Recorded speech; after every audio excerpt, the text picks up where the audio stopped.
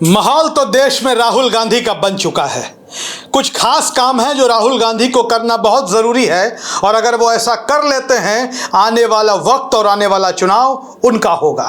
नमस्कार, मेरा नाम है सरदार सिमरनजीत सिंह। बात करेंगे देश की सियासत पर, कांग्रेस की सियासत पर, देश की नई पीढ़ी को लेकर उनके मुद्दे क्या हैं, उनकी पसंद क्या है और आने वाले वक्त में किस मुद्दे के आधार पर वो अपना वोट इस देश के किस राजनीतिक दल या नेता को देने जा रहे हैं। दरअसल आपको बता दें कि राहुल गांधी इन दिनों जिस तरीके की राजनीति कर रहे हैं वह उस दौर की याद दिलाता है जब देश के जो नेता हुआ करते थे जनता की उम्मीदों और आकांक्षाओं के हिसाब से काम किया करते थे। हर दौर में पीढ़ियां बदलती रहती हैं। कभी वह भी पीढ़ी रही है इस देश में जिसके लिए जातिवाद ही परम सत्य हुआ करता था। कभी जातिवाद, कभी सांप्रदायिकता, जात और धर्म के नाम पर, कभी क्षेत्र के नाम पर, कभी भाषा के आधार पर इस देश में वोटिंग हुई है। इस देश ने इन मुद्दों पर सरकार भी बदले हैं। तो कभी ऐसे मुद्दे भी आए हैं कि जब महंगाई के मौके पर, महंगाई के विषय पर देश में सरकारों का पतन हो गया है। लेकिन जैसा मैंने कहा कि हर दौर में मुद्दे बदलते रहे हैं, राजनीति की दशा और दिशा बदलती रही है। 2012-13 से जब इस देश में नरेंद्र मोदी युग की राजनीति का शुभारंभ हुआ, उस दौर में इस देश के मुद्दे अलग थे। कभी मंदिर मस्जिद थे, हिंदू मुसलमान, भारत पाकिस्तान, शमशान और कब्रिस्तान, इन विषयों पर वोट मांगे जाते रहे और लोग वोट देते रहे। लेकिन हमारे यहाँ भारत में कहते हैं कि हर 12 साल पर युग परिवर्तन हो जाता है, युग बदल जाता है। ऐसा लग रहा है जैसे मोदी युग बदल चुका है इस देश में। अब आज की जो नई पीढ़ी है जिसे जेनजी के नाम से जाना जा रहा है, उनके मुद्दे अलग हैं। उनको किसी धार्मिक मुद्दे से कोई लेना देना नहीं, उनको किसी जातिवादी मुद्दे से कोई लेना देना नहीं, उनको किसी भाषा के आधार पर कोई लेना देना नहीं।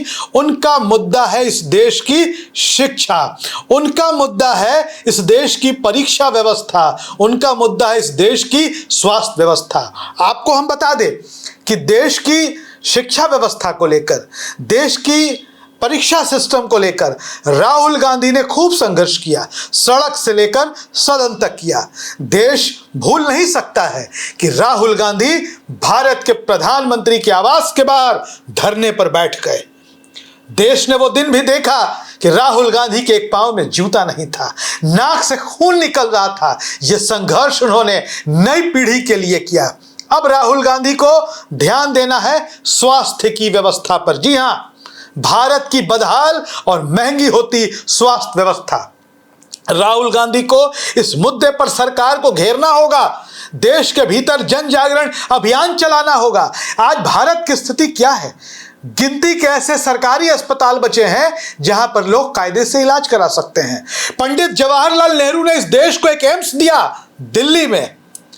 गिनती के लिए कहा जाता है कि देश में इतने एम्स बन गए जी, इतने एम्स बन गए जी, लेकिन दिल्ली वाले एम्स की बराबरी कोई दूसरा एम्स नहीं कर सकता है। आखिर भारत में इतने एम्स बने क्यों नहीं आजादी के बाद? राहुल गांधी को यह सवाल उठाना पड़ेगा। आज देश में स्थिति यह है, भारत की बात करें, बातें बड़ी बड़ी लोग करते हैं, जिनके पास पैसा नहीं है वो इलाज के अभाव में मर जाएंगे, दम टूट जाएगा। रोग, बीमारी, ये सब किसी को हो सकता है। यह व्यक्ति की हैसियत, जाति और धर्म देखकर नहीं आता।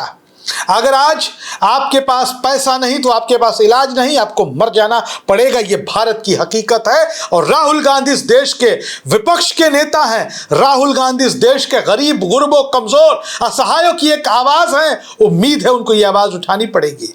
दूसरी तरफ आइए, हेल्थ सेक्टर की ही बात करते हैं। स्वास्थ्य बीमा, मेडिक्लेम, किस कदर लूट मची हुई है। अलग अलग कंपनियां लोगों का किस प्रकार से शोषण कर रही है, यह छिपा हुआ नहीं है। राहुल गांधी को इन सवालों को उठाना पड़ेगा। सरकार के सामने, सरकार के जहन में, सरकार के एजेंडे में पता भी नहीं ये मुद्दे हैं या नहीं हैं, लेकिन देश की जेनजी के दिमाग में ये मुद्दे हैं। अगर वो अपनी शिक्षा व्यवस्था के लिए लड़ सकते हैं, अगर वो अपनी परीक्षा व्यवस्था के लिए लड़ सकते हैं, तो अपने माता पिता की स्वास्थ्य सेवाओं के लिए भी वो संघर्ष कर सकते हैं। राहुल गांधी को खड़ा होना होगा। देश के नौजवान सड़क पर उतरे, जंतर मंतर पर जाएं, भूख हड़ताल करें, उससे पहले राहुल गांधी को सदन में यह सवाल उठाना होगा। सरकार के सामने इन सवालों को खड़ा करना होगा। सरकार से पूछना पड़ेगा कि आखिर इसका समाधान कब होगा।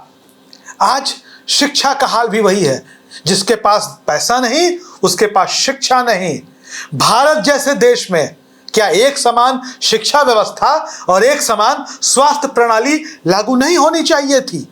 अलग अलग लोगों के लिए अलग अलग शिक्षा व्यवस्था क्यों?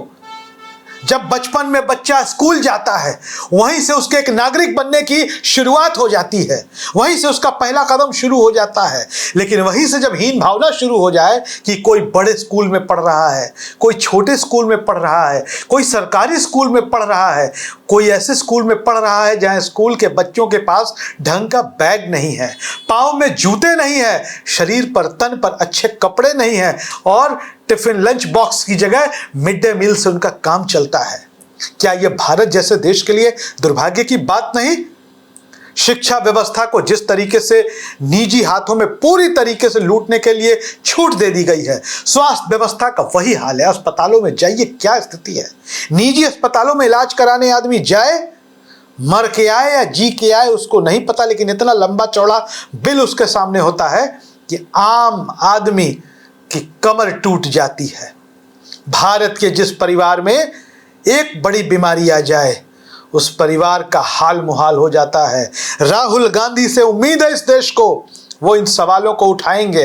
अगर आप भी चाहते हैं कि राहुल गांधी इन सवालों को उठाए और देश के लिए ये ज्वलंत मुद्दे हैं, तो आपको हमारे इस वीडियो को जरूर शेयर करना चाहिए, लोगों तक पहुंचाना चाहिए, ताकि सवाल विपक्ष के कानों तक पहुंचे और वो सत्ता से जब सवाल पूछे तो सत्ता बेचैन हो जाए, लाचार हो जाए इस पर कदम उठाने के लिए।